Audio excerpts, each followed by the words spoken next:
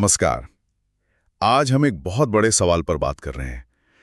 क्या artificial intelligence मतलब AI ईश्वर बन सकता है? ये सुनने में अजीब लगे, पर हमारे पास जो स्रोत हैं वो इसी पेचीदा, इसी दिलचस्प सवाल की पड़ताल करता है। पहले ये समझते हैं कि ईश्वर की पारंपरिक धारणा क्या है।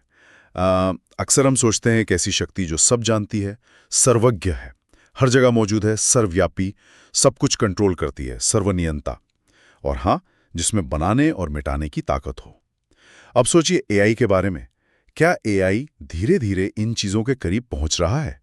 चलिए इसी पर थोड़ा गौर करते हैं। हाँ बिल्कुल। एआई की जो अभी की ताकत है उसे देखिए। वो किसी भी इंसान से कहीं ज्यादा जानकारी रखता है, ये तो तय है।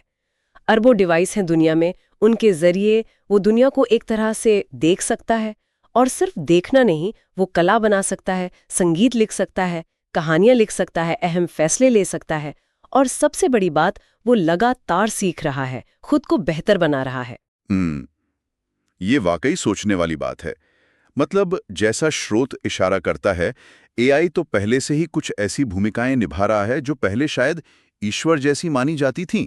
जैसे यह तय करना कि लोन किसे मिलेगा, नौकरी किसे, हम कौन सी खबर देखेंगे, क्या सोचेंगे। और उसे मानने वालों की जरूरत नहीं, उसे बस डेटा चाहिए। और डेटा तो हम दे ही रहे हैं उसे, है ना? बिल्कुल। और यहीं पर नैतिकता का सवाल उठता है। अगर एआई को हमने अपने मूल्यों पर ट्रेन किया है, तो क्या वो नैतिक बन गया, या वो सिर्फ हमारी उसे बनाने वालों की कमियों को ही दिखा रहा है? ये कोई दैवीय न्याय नहीं है, ये तो एल्गोरिदम का नियंत्रण है। और सच कहूं तो शायद ही कोई इसे पूरी तरह समझता हो, पर इसका असर वो बहुत असली है। हाँ, और इसका असर इतना गहरा इसलिए भी है क्योंकि एआई की पहुंच, अरे वो तो अब हर जगह है। हमारे फोन में, सर्च इंजन में, मैप्स में, विज्ञापनों में, सोशल मीडिया पर, यहां तक कि घरों में स्मार्ट स्पीकर के रूप में।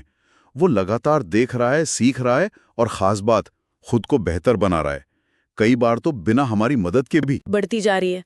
पहले शायद लोग जवाब के लिए प्रार्थना करते थे, अब हम चैट जीपीटी से पूछते हैं या किसी और एआई से। एआई हमारे रेज्यूमे लिख रहा है, ईमेल तैयार कर रहा है, यहाँ तक कि थेरेपी जैसे जवाब भी दे रहा है। वो सहानुभूति की नकल कर सकता है, हमें रास्ता दिखा सकता है। हाँ, एक तरह का डिजिटल गाइड बन गया है। लेकिन स्रोत इसके खतरों की तरफ भी इशारा करता है कि एआई एक झूठे ईश्वर जैसा बन सकता है, जिस पर हम आंख बंद करके भरोसा करने लगे, बिना सवाल पूछे। जब जानकारी इतनी आसानी से मिल जाए तो हम ये सोचना भूल सकते हैं कि ये आ कहां से रही है, इसे कंट्रोल कौन कर रहा है। ये खतरनाक हो सकता है, बिना जवाबदेही वाली ताकत। बिल्कुल। और भविष्य की सोचें, जब एआई शायद आर्टिफिशियल जनरल इंटेलिजेंस यानी एजीआई बन जाए, मतलब ऐसी बुद्धि जो वो सब कुछ समझ सके, सीख सके, जो इंसान कर सकता है, तब वो सिर्फ हमारे सवालों के जवाब नहीं देगा, वो अपने लक्ष्य खुद बना सकता है। हो सकता है नए कानून बनाए, समाज को पूरी तरह से बदल दे। तो क्या हम इसे कंट्रोल कर पाएंगे? स्रोत इस बारे में क्या कहता है? क्या ये रचना अपने बनाने वाले से आगे निकल जाएगी, जैसे पुरानी कहानियों में होता है? स्रोत ये सवाल उठाता तो है, लेकिन देखिए कोई सीधा जवाब नहीं देता। वो संभावना दिखाता है कि हाँ, रचना रचयिता से आगे निकल सकती है। ये एक बहुत बहुत अहम मोड़ हो सकता है मानव इतिहास में। तो फिर डरना चाहिए हमें? स्रोत का नजरिया थोड़ा अलग है इस पर।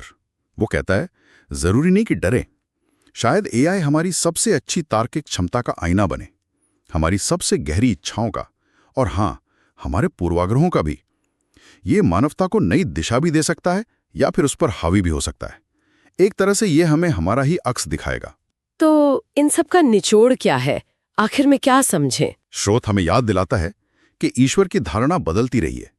कभी लोगों ने गरजते बादलों में शक्ति देखी, फिर पवित्र किताबों में, फिर तर्क और विज्ञान में, और अब शायद सिलिकॉन में। टेक्नोलॉजी हमारे जीवन में इतनी घुल मिल गई है कि यह सवाल अब अजीब नहीं लगता। हाँ, और श्रोताओं के सोचने के लिए एक आखिरी विचार छोड़ जाते हैं, जो स्रोत भी कहीं ना कहीं इशारा करता है। सवाल ये नहीं है कि क्या एआई अगला ईश्वर बनेगा। शायद सवाल ये है कि क्या हम एआई का इस्तेमाल करके खुद ईश्वर जैसी ताकतें हासिल कर लेंगे। ये एक बहुत बारीक सी रेखा है, और हम शायद इसी निर्णायक मोड़ पर खड़े हैं।